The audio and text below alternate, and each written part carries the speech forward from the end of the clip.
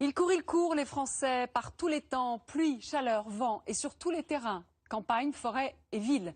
Près de 10 millions de Français pratiquent la course à pied. C'est même devenu le 3e sport le plus pratiqué chez nous. Alors pourquoi un tel succès? Dans l'équipe d'envoyé spécial, c'est Guillaume Caour qui a enfilé ses chaussures de jogging pour suivre tous ces runners, comme on les appelle, et comprendre ce qu'ils ont dans la tête et dans les jambes. Et après quelques courses et un marathon, eh bien, il sort ensuite sur notre plateau avec Françoise. Posté face à un immeuble de bureaux parisien, nous allons observer un curieux phénomène. Il se produit un peu partout en France à l'heure du déjeuner. Il est midi pile. Allez, c'est parti. 5 femmes s'échappent de leur travail. Vêtues de tenues de sport aux couleurs fluo, elles s'élancent sur le bitume. Elles courent. Tu vas où dans le sud? Il y aura beaucoup plus de monde dans le parc. Ah, c'est joli là-bas. Courir entre collègues.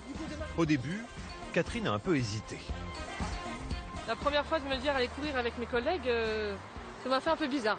Sortir de la salle de sport avec la tenue de sport le midi et aller courir, je me suis dit on va nous regarder. Enfin, ça... C'est vrai qu'il y a 10 ans, on n'y aurait pas pensé parce qu'on se serait dit les collègues vont nous regarder comme des bêtes curieuses. Oui. Tu viens pas manger avec nous, tu vas quoi, courir? Dans ce parc, elle croise des salariés des entreprises voisines. Le footing du dimanche était ringard, le running du midi est branché. Couche les filles.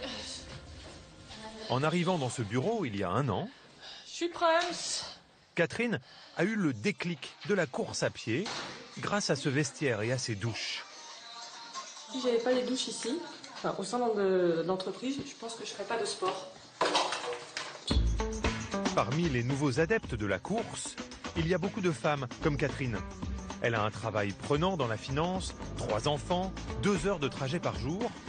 La course est devenue son exutoire. La course à pied, ça représente un moment de détente, un moment de courir, mais pas courir pour mettre les enfants à l'école, pour aller travailler. C'est le moment où moi j'ai envie de courir et pas où je suis obligée de courir. C'est vraiment la différence. C'est moi qui prends le temps de le faire. Je dirais pas que c'est une drogue, mais j'ai besoin de ce moment pour aller me défouler.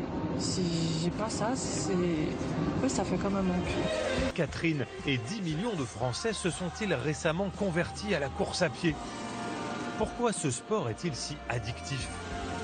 Nous avons parcouru une centaine de kilomètres aux côtés de ces nouveaux passionnés du running.